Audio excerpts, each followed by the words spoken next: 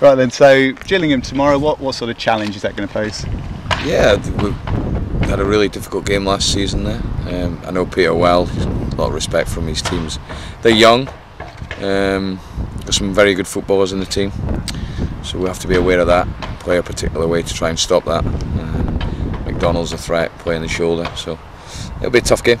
Yeah, they've got goals, and am I right in thinking they're a side who can, a bit like yourselves, change the way they play? They've done some different things this season. Yeah, I'm sure they've got one or two different formations. Generally, they've played the one this season in the games we've watched.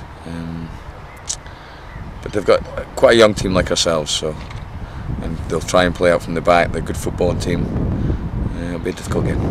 And obviously early days, but they'll be pleased with what they've done at home so far. Yeah, I'm sure they will. You know, and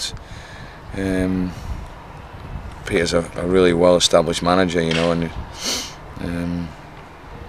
he has got a threat up front with McDonald and McGlashan, very quick. So they'll play a particular way. I don't think they'll change too much for us. I think they'll probably be quite happy how they've gone. I watched them against Coventry. I thought they were unlucky not to get anything there. Watched the game against Oldham. They were very dominant in the first half. But we've just got to make sure we concentrate on how we perform. And if we get to the level of performance we did in the second half on Saturday, then I'll be pleased. Yeah, and a nice prize as well, 4 away wins from 4 potentially at the start of the season. That'd be great. It would be. We've done very, very well away from home. All different manners of sort of victories. Bradford was a real battling performance. Colchester, I thought we played very good football. So I've been pleased with the way we've performed away from home. We've got to do it again tomorrow night. Yeah, and when you've got a side with so many attacking threats, and obviously great at home, but I guess that does make a big difference away, doesn't it? Where you've got so many players with attacking threats compared with maybe some of the home sides. Yeah, I think so. I think you've got that ability to counter attack on teams. I don't expect Gillingham to go gung-ho at us. I think they'll be very disciplined and organised and be hard to break down. But the thing about away games, if you can get ahead, because teams are at home, their fans demand that they'll attack, it might just suit us in terms of how we've counter-attacked on teams. I think the third goal against Colchester was a really good example of that. But whatever way the game goes tomorrow, it's the level of performance I'm after, and if we can get one similar to what we've had in the last few games, then I'll be pleased. And in terms of the injury news, pretty similar to how you assessed it on Saturday? Yeah, I think there won't be many surprises to anything I do tomorrow. It'll be the same group. Cozzy, I suppose, is the player you're most waiting on. You said you wanted to be careful with him. Does he have a chance for tomorrow? Small chance. I'm not going to. I want to get clear these injuries up that we've had. I'm not going to be risking anyone. So he is better. There's no question. But I won't be risking anyone. And whether it is a risk or not, I'll make my decision tomorrow. And in terms of options for covering Cozzy, is it pretty much what we saw on Saturday? Either Ricardo in at right back or Joe Newell coming in at left back? Well, you've got Michael Smith's done very well at left back, I have to say, and Ricardo's filled in at right back. Kane Ferdinand's played there. Joe can play at the left. I can also go to a 3 at the back, which will release them as wing backs, which may suit them a bit. In particular, probably Joe Newell. So I've got different options. I'm not overly concerned about it because I feel the ones that have played in that positions, Michael and Ricardo, have done fine.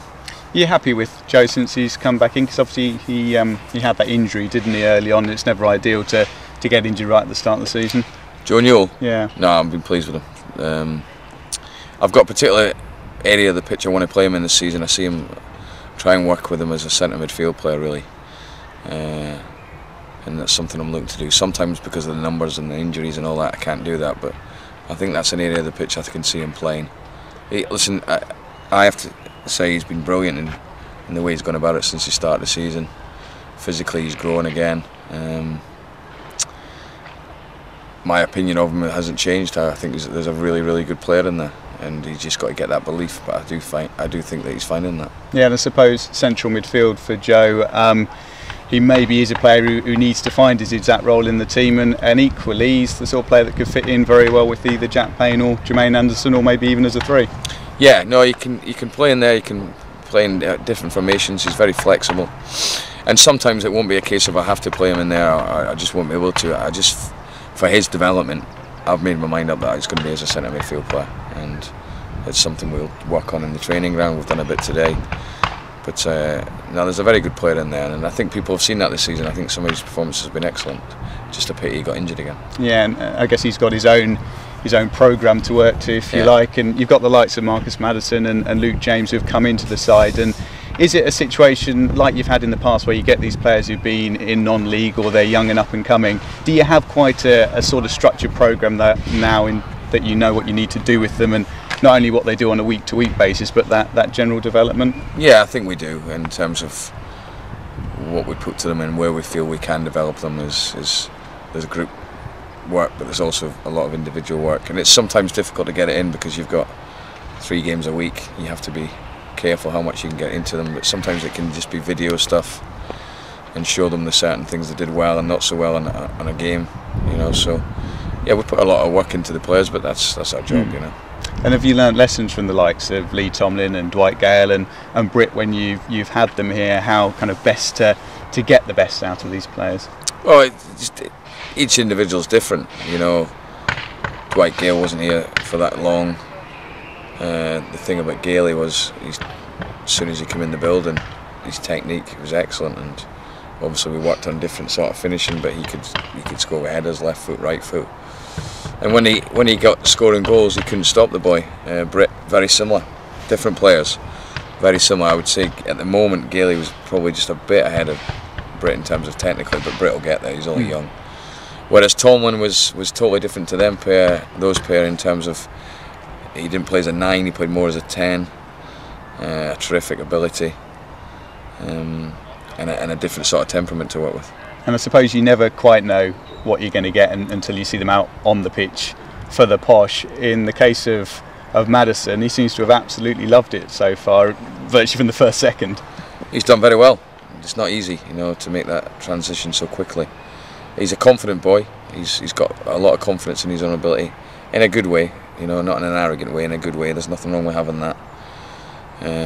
I thought Saturday was excellent, second half, because first half I think the booking got to him a little bit.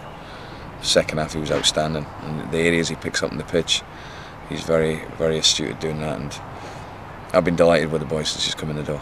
And just a quick word on John Taylor. He had his injury problems earlier on. There was maybe a little concern that it might be quite serious at one stage, but his performances would suggest he's completely over it.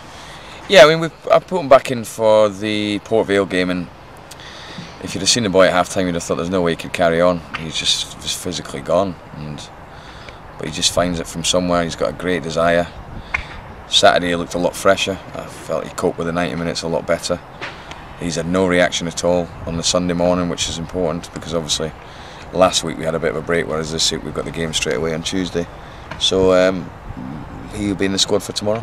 Cool, great. Darren, Aaron Oztumer, obviously we spoke not that long ago, and he was, you know, pretty close to coming back. How far off now is he? What's the news? I've just spoke to him in the physio. He's going to be training next week, and then we'll have to get a couple of reserve games into him, and then so we're looking at probably three weeks or so. And Mendes, obviously, I think at the end of the game on Saturday, it was that, you know, he's flying in training for you. How close is he to obviously coming back? Well, he's got from one stage to another very quickly. It's getting him to that last stage, and we've just got to be careful. We don't want to lose him again. I would say that he will be fit for the Fleetwood game. I'd be very confident in that as well.